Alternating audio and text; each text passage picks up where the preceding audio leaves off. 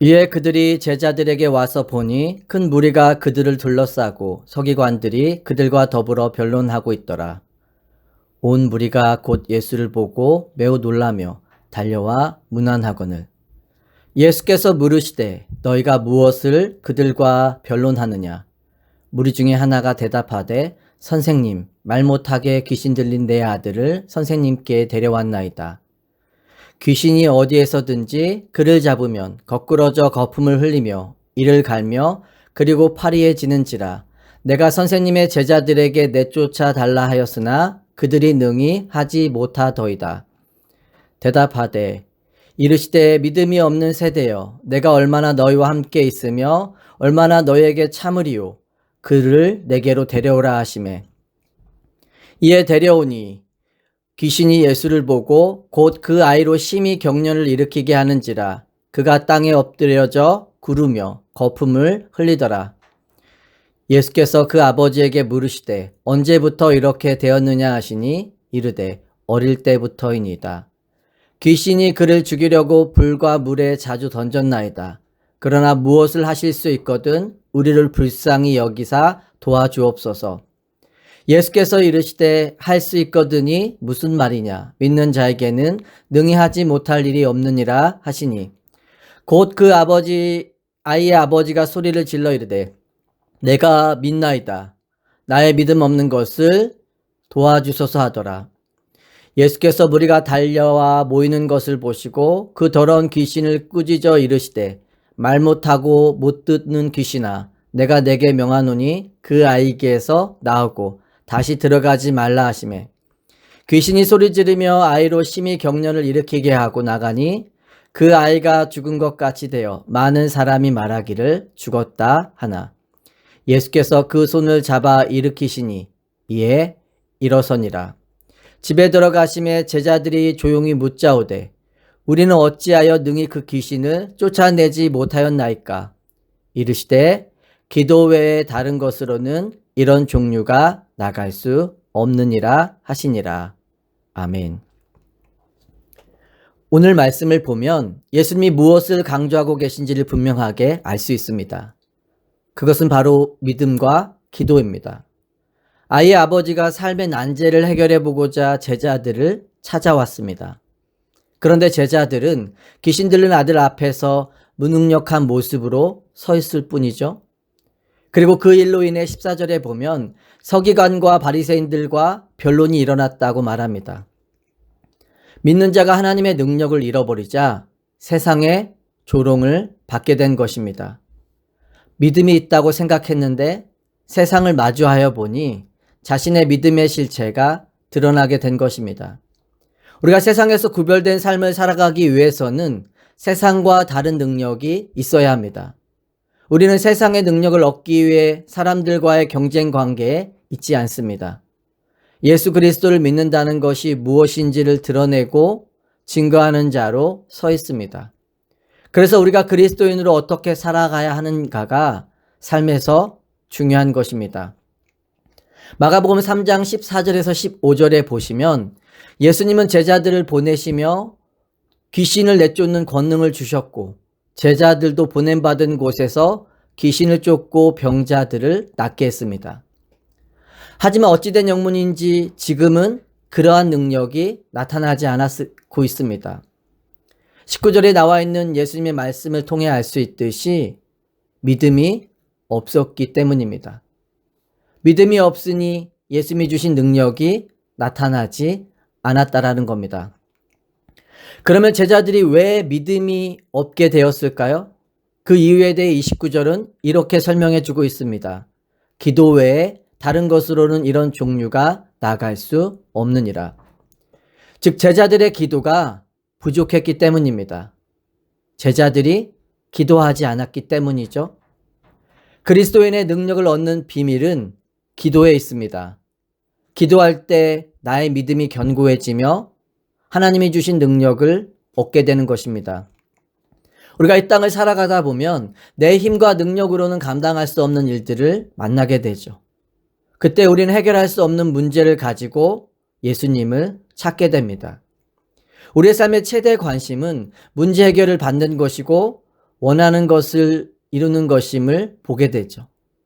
그래서 해결받고 주실 것에 대한 믿음을 가지고 우리는 기도합니다. 하지만 오늘 본문에 나타난 예수님의 관심은 우리의 관심사와는 다르다는 것을 발견하게 되죠. 예수님은 제자들의 무능함이 드러난 상황에 대해 19절에 보면 이렇게 말씀해 주십니다. 대답하여 이르시되 믿음이 없는 세대여 내가 얼마나 너희와 함께 있으며 얼마나 너희에게 참으리요. 믿음이 부족한 것, 믿음이 없는 것에 대해 말씀해 주신 것입니다. 예수님은 오늘 말씀을 통해 우리에게 믿음과 기도의 관계에 대해 깨닫게 해주시는 것입니다. 우리는 늘 상황과 환경 그리고 문제에 초점을 맞추고 있지만 예수님은 우리의 마음에 초점을 맞추고 계시다는 겁니다. 내 마음 안에 어떤 믿음을 가지고 있는지에 대해 관심을 가지고 계신 것입니다. 그래서 하나님께서는 여러 가지 일들을 통해 우리의 믿음이 자라게 하십니다.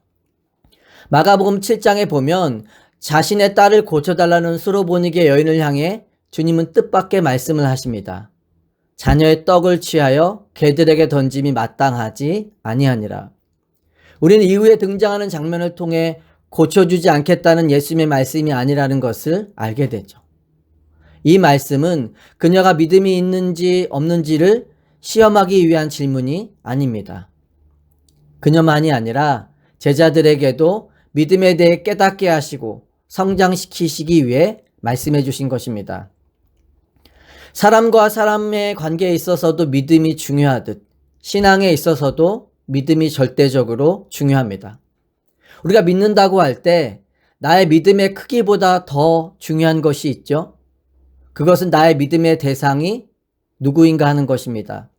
내 믿음이 아무리 크다 해도 믿음의 대상이 잘못되면 큰 믿음은 오히려 더 큰 문제를 일으킬 수 있습니다.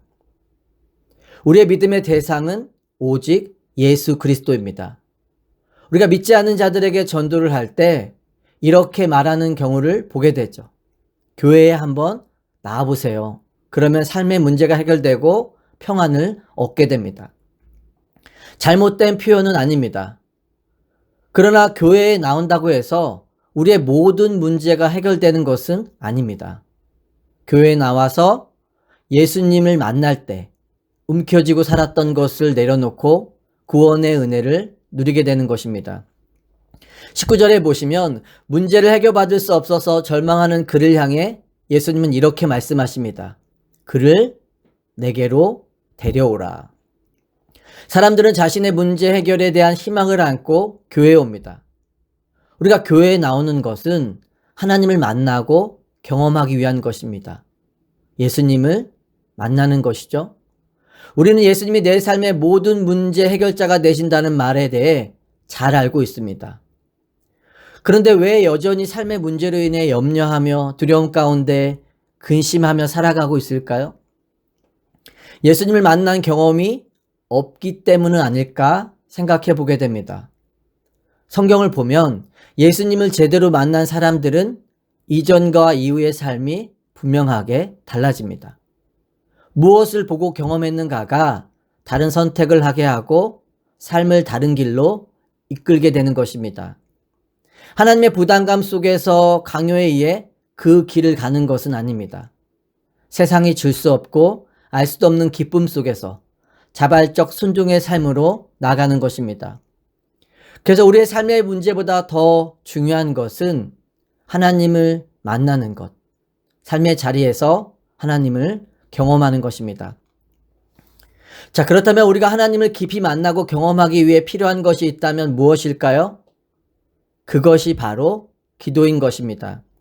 29절의 말씀을 다시 보시면 이르시되 기도 외에 다른 것으로는 이런 종류가 나갈 수 없느니라 하시니라. 그리스도인으로 살아갈 수 있는 힘과 능력이 기도에 있다는 것입니다. 여러분, 예수님과 우리의 관계에 있어서 기도가 왜 중요할까요? 우리는 문제를 가지고 예수님 앞으로 나아옵니다. 절망의 상황 속에서 내 한계를 느끼고 인정하게 될 때 하나님을 찾게 되죠. 그리고 기도를 통해 하나님 안에서 문제를 해결하는 것들을 배우게 됩니다. 우리가 기도하면 할수록 예수님이 우리 문제를 해결해 주실 것에 대해 분명한 약속을 주시나요? 그런 일들이 있을 수도 있지만 우리의 모든 기도가 그렇지는 않습니다. 우리는 기도하면 기도할수록 하나님을 더 의지하게 되죠.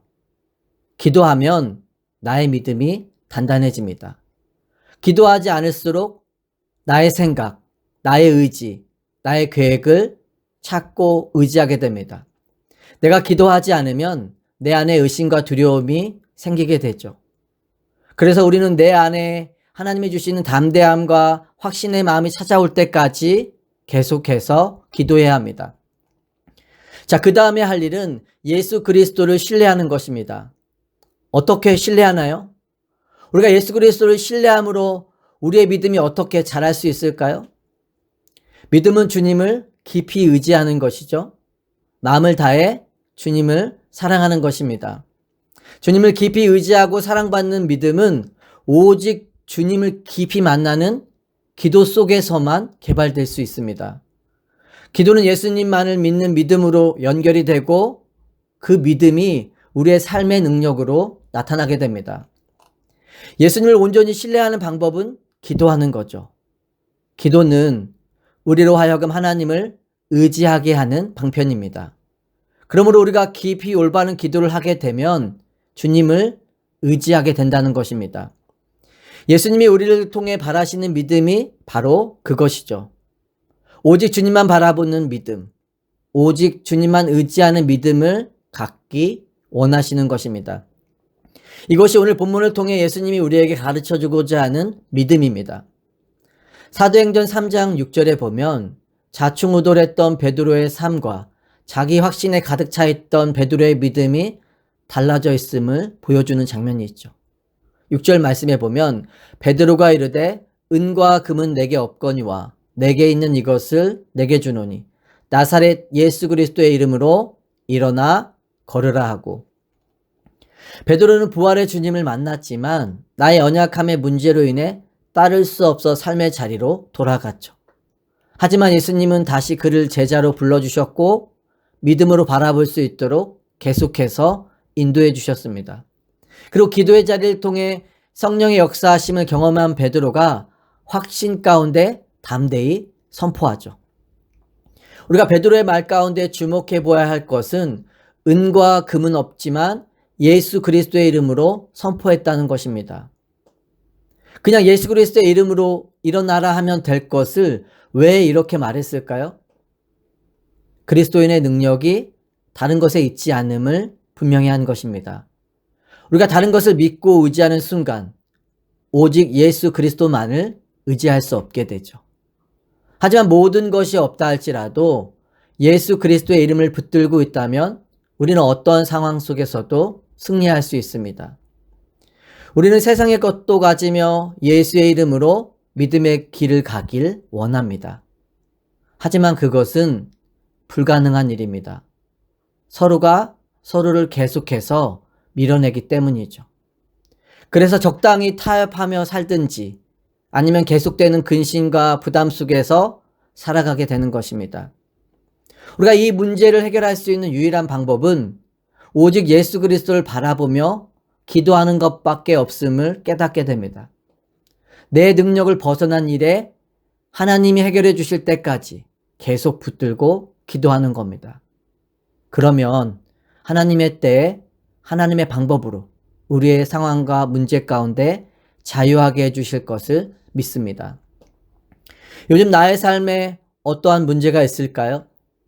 우리가 그 문제를 가지고 주님 앞에 나와 예수 그리스도를 바라보며 엎드릴 수 있기를 바랍니다. 나의 믿음이 부족해도 괜찮죠? 기도의 자리에 나의 의심이 사라지지 않아도 괜찮습니다.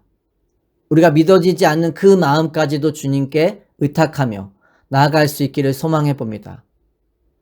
기도의 자리를 통해 하나님과의 만남과 교제가 깊어지고 삶의 자리가 은혜 안에서 넓어질 수 있기를 예수 그리스도의 이름으로 축원합니다.